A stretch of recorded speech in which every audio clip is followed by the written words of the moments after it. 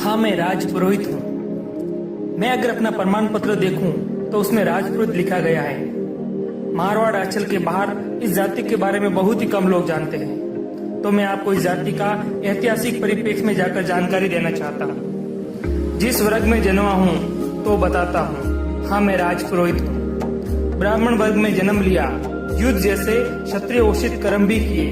एक अनोखी जाति हूँ जिसमें ब्राह्मण के गुण और क्षत्रियों के कर्म दोनों स्थापित हैं। खान पान में मांस मदिरा से मैं सदा दूर रहता हूँ, पर मारवाड़ में ऐसा कोई युद्ध नहीं लड़ा गया जिसमें मेरी सहभागिता न रही हो।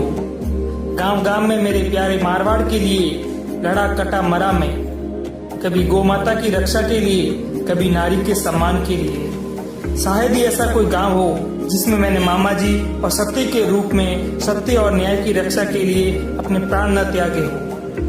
मैं कभी राजा तो नहीं रहा, लेकिन राठौड़ सत्ता जोधपुर में स्थापित हुई उसमें मेरा योगदान रहा, जो आज भी स्वर्णिम अंकों में अंकित हैं। राठौड़ों के आदि पुरुष राव सिंह जी के साथ राजपुरोहित देवपाल जी बनकर आया, जिसका राठौड़ सत्ता स्थापन में योगदान रहा। कभी प्रताप सिंह बनकर गिरी सुमेल के युद्ध में अप्रिम शौर्य दिखाकर राम मालदेव का माथा ऊंचा किया।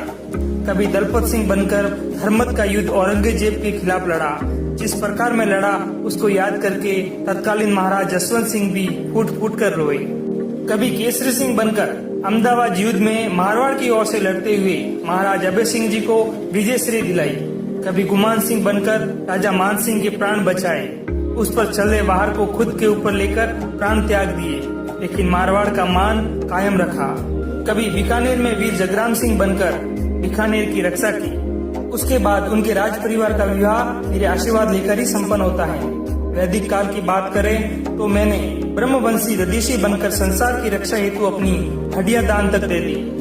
कभी परशुराम बनकर आतिथ्यों का संहार किया और अहंकार में मध्यमय में दूर राजा वंशियों का मर्यादा का पाठ पढ़ाया।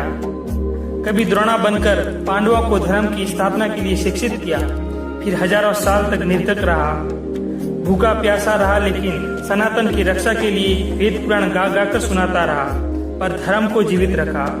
फिर मध्यकाल के कालखंड में मैंने चाणक्य बनकर अहंकार में डूबे धनानंद को पल चिन्हित कर चंद्रगुप्त जैसे बालक को पदाचित किया, और तभी मेरी शिखा खुली।